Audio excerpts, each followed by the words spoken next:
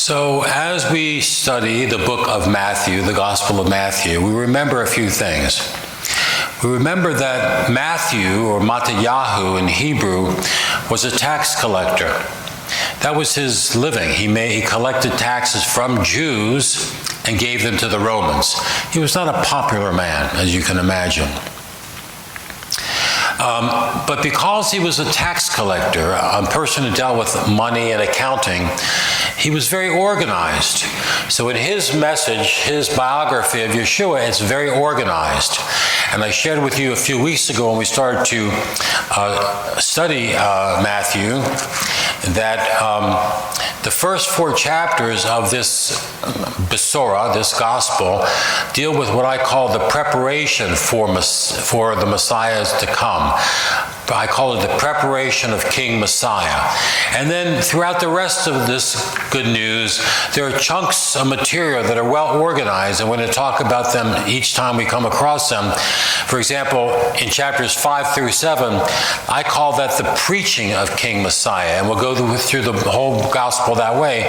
But right now we're in the section that I call the preparation of King Messiah. That's just my term for it. So let's talk about this. You might remember that last week when I shared from Mattityahu, from Matthew, I showed you that in Matthew's attempt was to persuade his people, the Jewish people, that Yeshua was the Messiah. Let me be really clear about that. Matthew did not write Matthew for the Christians living in Des Moines.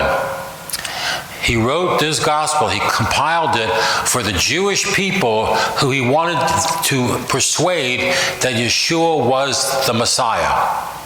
So keep that in mind, because all the material that we find in Matthew was compiled to accomplish that purpose. If you don't remember that, if you forget that, you lose a little bit of the meaning of Matthew. So last week I shared with you that he begins by connecting Yeshua to Abraham, our father Abraham. We just heard a lovely talk about Abraham, and I think I can't wait to meet him in that world to come. How about you? There's a man who had total faith in God. What God said, Abraham expected to happen. That's true faith. And then he connected Yeshua to King David. And then he went and listed about 30 plus other Hebrew people that were all from the ancestors of Yeshua. Why did he do that? He wanted his people that he was writing to see that Messiah was truly a descendant of the Jewish people. And that's important to know. In our world today, there are some people who still don't get the fact that Yeshua was even Jewish. I imagine some of you in olden times might have thought of Yeshua or Jesus Christ as some Gentile God. A lot of people did. That's what I thought. I thought, what's he got to do with me? He's a Gentile God, right? He's got blonde hair, blue eyes, and he comes from Norway. I didn't know that he was an Israeli. And I think many people had that perspective for a long, long time. But it's not true. Yeshua is truly the Messiah of Israel and Savior of the world. So part of the preparation that Matthew started with last week, we read last week, was to connect Yeshua to the past. Connect Yeshua to Abraham, to David, to King Solomon, even to Ruth and Rahab and some women that were not of the best reputation, which I pointed out was his way, I believe, his way of Matthew's way of showing to the listeners that you didn't have to be perfect to be loved by God. Rahab, for example, was not perfect by any means. So he was a tax collector, as I said, and was about organizing the material in such a way that would persuade Jewish people that the Messiah was Yeshua. So what we come across in chapter 2, is what I call angelic actions, which were part of the preparation of King Messiah. Angelic actions. So let me read to you from chapter 2 of Matthew. These are the angelic actions, I'm calling them. And after Yeshua was born in Bethlehem, in the land of Yehuda, during the time when Herod was king, Magi from the east came to Jerusalem and asked, "Where is the newborn king of the Jews? For we saw his star in the east and have come to worship him." When King Herod heard of this, he became very agitated, and so did everyone else in Jerusalem. He called together all the head Kohanim, priests, and Torah teachers of the people and asked them, "Where will the Messiah be born?" And then he found out in Bethlehem of Judah. So this was a part of the proof to the Jewish people that Yeshua was the one who fulfilled the prophecies. He learned that the Messiah was to be born in a town called Beit Lechem, which means house of bread. Beit Lechem. You know it as Bethlehem. Beit Lechem, which is a little town about 10 miles southwest of Jerusalem. In fact, about 10, 15 years ago, I was at a conference in Jerusalem, in the southern west part of Jerusalem, and I saw some lights over on the hill. So I said to a friend of mine, "What are those lights?" He said, "That's Bethlehem. It's that close, you can see it from Jerusalem." And it was prophesied by Micah, the prophet, that the Messiah would come from Bethlehem.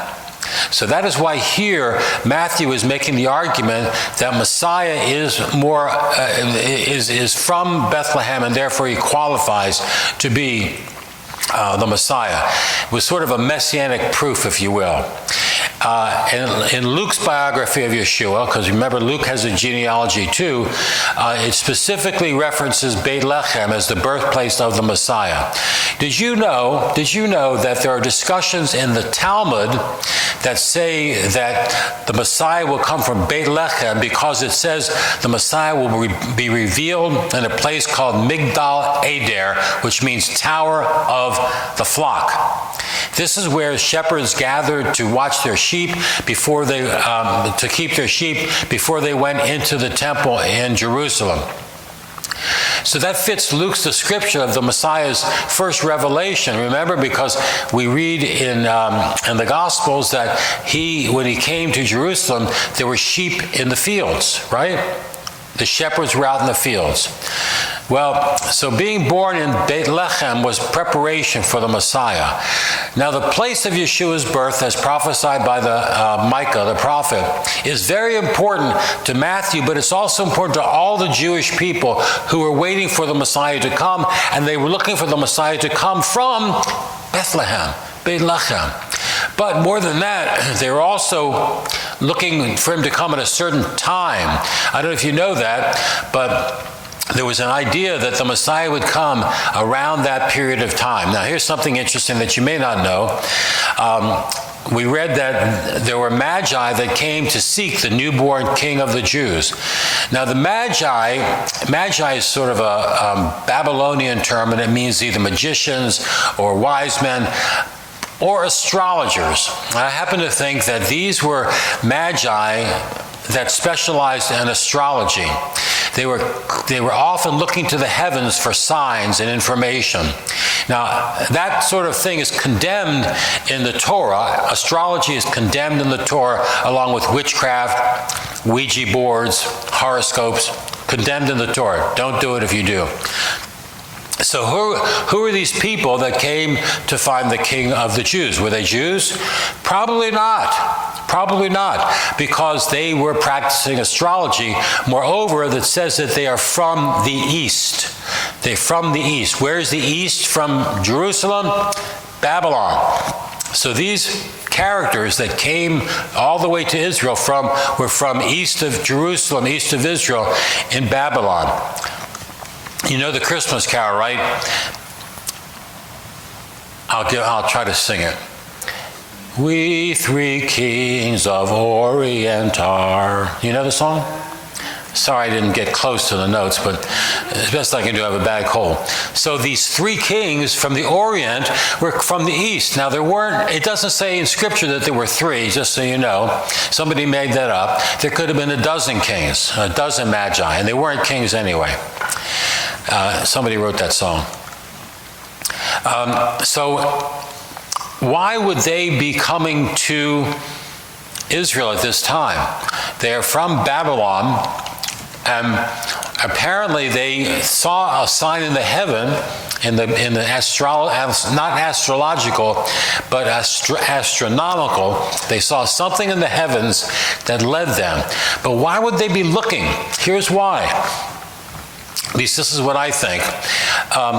During the time of the Babylonian captivity, when many of the Israelites were taken out of Israel and taken into Babylon, a man arose who was a prophet. He was a dreamer.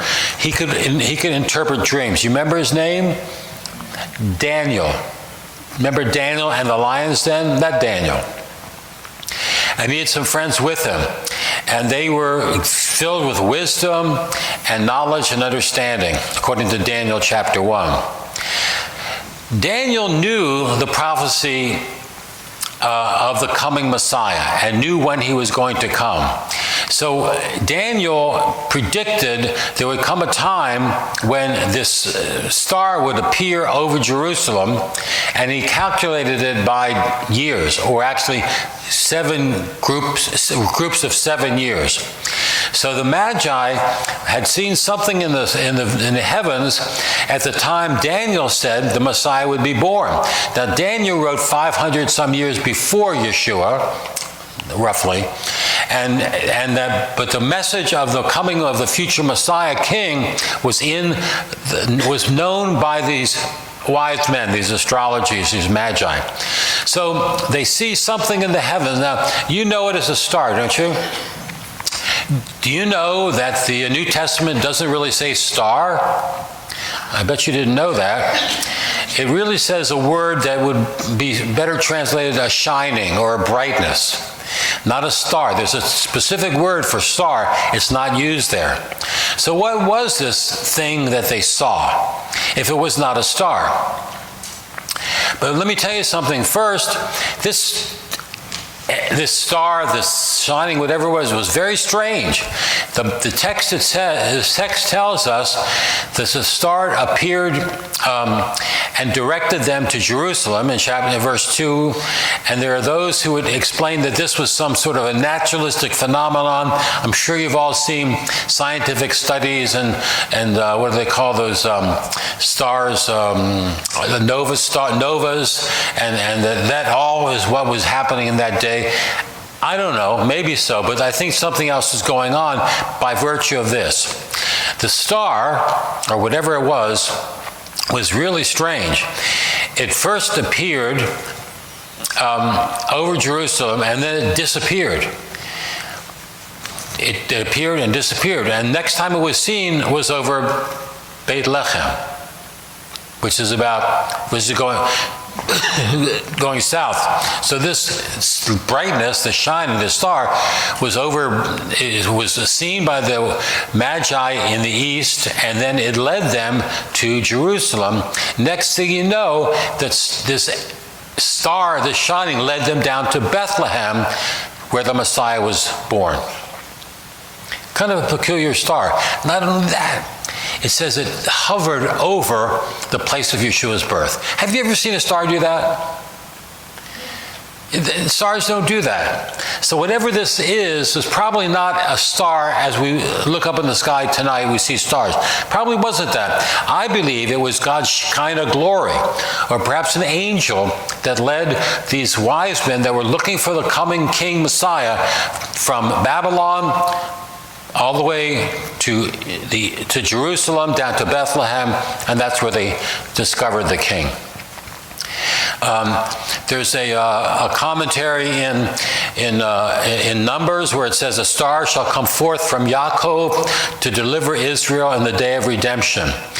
There's a lot of references to this idea of a star of some sort coming forth to to lead the people to the Messiah. Even the rabbis taught this. I'll read what it says in one of the commentaries. It was taught in the name of the rabbis that one day when the Son of David comes, in the first year there will be insufficient food. In the second, arrows of famine are sent out. In the third, great famine. In the fourth, neither famine nor abundance. In the fifth, great abundance, and a star will sprout from the east. This is the star of the Messiah, and it will abide in the east for 15 days, and if it tarries longer, it will be good. It would be to the good of Israel. That's in rabbinic commentaries. So it was no surprise that the Jews of this day were looking for something of a sign. Now, traditional Jewish sources have long regarded this verse as referring to the coming Messiah. And I want you to remember that. This is no surprise to them. Rabbi Akiba, the great rabbi of the 1st and 2nd century, used this concept, this prophecy from Numbers, to tell the people of Israel that a military general named Bar Kokhba, which means son of the star, which was Rabbi Akiba's name for this general, would be the Messiah. The Romans were persecuting the Jewish people, which was a very common thing to happen. And Rabbi Akiba, a great scholar, saw in these prophecies that someday there would be somebody coming who would be the Messiah, and he referred to him as the son of the star, based on this verse in Numbers and this rabbinic teaching. So it was very appropriate that the Shekinah, a glory of God, would direct these men to Yeshua the Messiah. When I start teaching a unit on Messianic prophecy, which I'll do someday in the future, we will discuss Daniel chapter 9, which I believe calculates the exact day the Messiah would come into the world. I will tell you a quick story. When I was searching the scriptures to find that if Yeshua was the Messiah, this was back in 1972, I had been witnessed to by somebody who told me that Yeshua was the Messiah of Israel. I said, nah, can't be. And he said, oh yeah, it is. I said, well, how do you know that? He said, well, do the calculation in Daniel chapter 9. Now, you don't know, how many know what that is? 3 or 4 of you, okay. It's an amazing thing, and we'll have a unit on Messianic prophecy someday. It calculates the time the Messiah would come into Jerusalem, and it tells us that the Messiah would die and be cut off for the sins of his people. That's in the prophet Daniel. So I'm reading this after I had already read Isaiah 53, and I was convinced that that person died for the sins of Israel. So I went to talk to I wanted to talk to a rabbi. I may have told you this story before. I just didn't know any rabbis at that point, because after my bar mitzvah at age 13, I sort of stayed away from the synagogue because I didn't see anything of spiritual value in there, which is my lack, not their lack. So I asked my father, who was a CPA in Bethesda, I said, do you know any rabbis? He said, yeah, I know one. So he connected me to this one rabbi, a Reform rabbi, and I went to talk to him, and I said, Rabbi, I'd like to talk to you about the Bible. And he said, nah, you don't want to study the Bible. You get very confused if you look in the Bible. I'm telling you the truth. Those were his very words. I thought, hey, you're a rabbi. You're not supposed to think like that. But he was a very liberal Reform rabbi. So I walked out of his office really mystified and confused. And I said to myself, I need to find a rabbi who really believes in the Bible. I didn't know any. But the next day, an Orthodox rabbi popped into the office I was working in. It was like God was answering my prayer. So I went up to him, I said, Rabbi, I got to study the Bible with you. He said, why? Are you looking for a new living?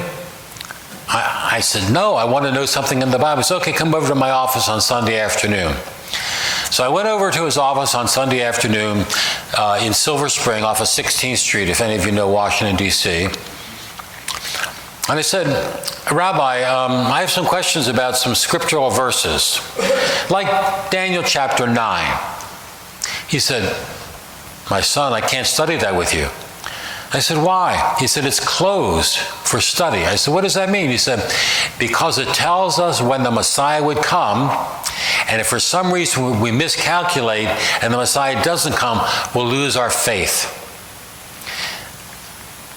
I had already calculated the coming of the Messiah. I read books on this, I studied it, I did my own charts. I knew the Messiah had to have come back then before the destruction of the temple. But he wouldn't study that with me. He laid his hand on my arm and he said, my son, it looks like they've got you. He was brokenhearted because he knew that I was headed towards believing in Yeshua. I understand why he was brokenhearted, because to him, Yeshua was the enemy of our people. He did not know better. So, that was a big part of my life back then, and Daniel's prophecy was part of it.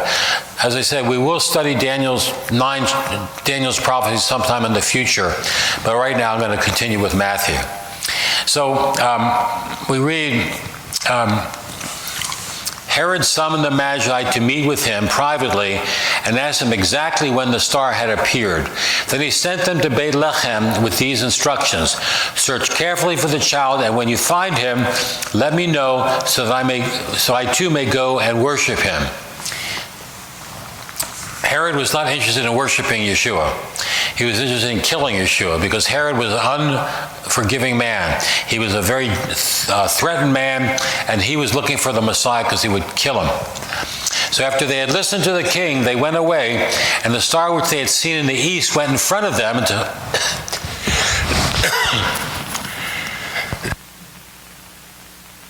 came and stopped over the place where the child was. Can you imagine that?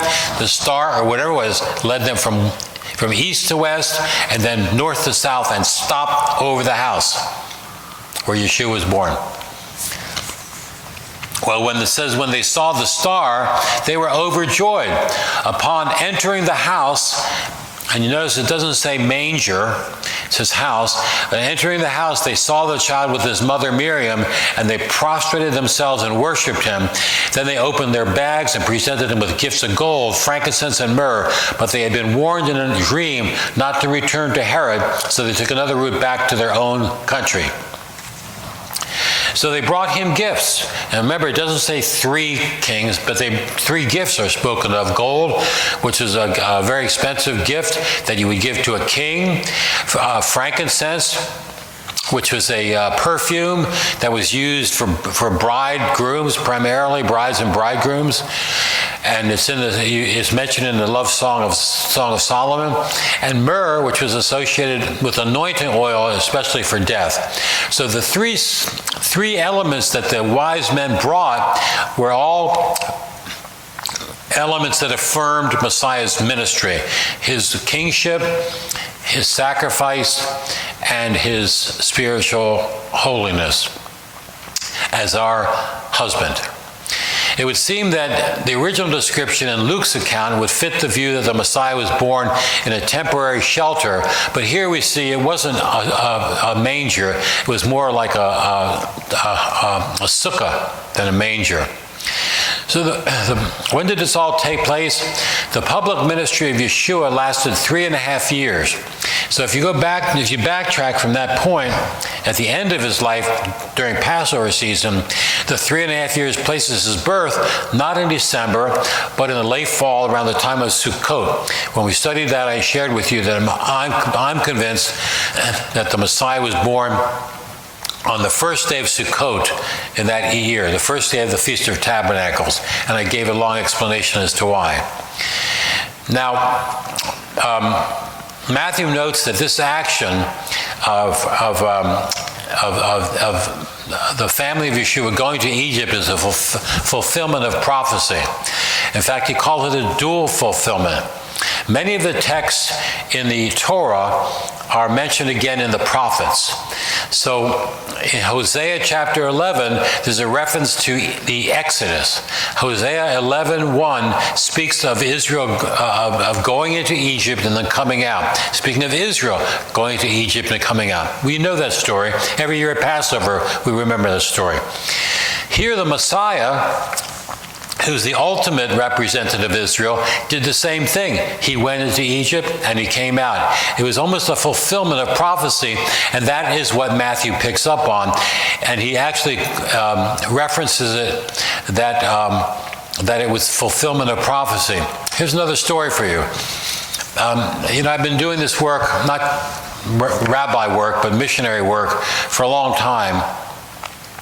And I've met a lot of so-called anti-missionaries. They're very zealous Jewish people. Many of them are very knowledgeable. And I'll tell you something, they really love the Jewish people. And what they're doing is trying to rescue people like me and the other Jewish people who trust Yeshua from following a false Messiah. I think that's a righteous thing to do, except that they're wrong. Yeshua is not the false Messiah. And I want to show you why they're blinded. I asked one of the fellows at one of my conferences, Rabbi Eli, he's from New Zealand or Australia, somewhere there. I said, how come you don't believe in the Bible? How come you don't believe in Yeshua? I said. I thought, why don't we get right to it? Why don't you believe in Yeshua? I thought he would say something like, oh, he was a Gentile or something like that. I don't know. You know what he said? He said, because the New Testament is full of fabrications, falsehoods, and untruths. I said, what are you talking about? He said, well, for example, here in Matthew. He said, Matthew specifically says that when Yeshua's family went down to Egypt, it fulfilled the prophecy, out of Egypt I called my son. And he went on to say, we know that that's not really what happened. Yeshua did not fulfill that prophecy. And I realized something. He was thinking literally, and he shouldn't have been thinking literally. He should have been thinking midrashically. Because the Jews of that day often wrote and talked in colorful language, not linear teaching like most of us in the Western world. So Rabbi Eli was thinking, well, how could Yeshua's trip to Egypt be the fulfillment of the Exodus? That's what it says in the text. In fact, it quotes Hosea as being the fulfillment of the Exodus, and then Matthew is referring to Hosea's reference. Now, I hope I'm not confusing you too much, but the Jewish way of writing of this era was very much poetic. I say poetic or midrashic. A text didn't always mean exactly what it said. Sometimes there was other nuances in the text. And here, I think Matthew is saying, hey, I'm writing midrashically. I'm saying that when Yeshua went to Egypt with his family, that fulfilled the prophecy of Hosea. Now, my friend Rabbi Eli didn't understand that at all. I said, it's a midrash. Matthew, who was a good Jewish student, understood about midrashic talk and midrashic writing. And he was saying, when Yeshua went down to Egypt with his family, it was like the maximum trip anybody could have made, including the ancient Israelites, when they went to Egypt, that led to the Exodus. So that's what we see there. So it's kind of a peculiar thing. How was the prophecy, how was out of Egypt I called my son a fulfillment of prophecy? It was if you apply the principle of what Matthew's writing about. Meanwhile, when Herod realized that the Magi had tricked him, he was furious and gave orders to kill all boys in and around Bethlehem who were 2 years old or less, calculating from the time the Magi had told him. In this way were fulfilled the words spoken through the prophet Yirmiyahu. Here's Matthew once again applying midrashically a prophecy from Yirmiyahu, Jeremiah. A voice was heard in Ramah, sobbing and lamenting loudly. It was Rachel sobbing for her children and refusing to be comforted because they are no longer alive. That was a scripture verse from Jeremiah that Matthew is applying to the current situation with Matthew. You have to understand that because the writers of the Bible did not use Western thinking or Aristotelian logic. They wrote very poetically or midrashically. So you got to be really careful when you read these kinds of things. But what's happening here is that Matthew is pointing out in different ways so his Jewish audience would get the message that the Messiah, Yeshua, is the true one that we can trust. Remember, he's explaining the preparation for King Messiah through his birth in Bethlehem, the time of his birth, and the way he was born, which we learned about last week as well, through a woman without sexual intercourse. Next week, we're going to talk a little bit more of the next chapter of Matthew, which I call King Messiah prepared by an awesome announcer. So today we focused on King Messiah's preparation through an angelic messenger. And I believe that it helps us understand who he is and why we should trust him. And that's what this gospel is all about. Let's close now with Aleinu as we stand and affirm God's relationship with us.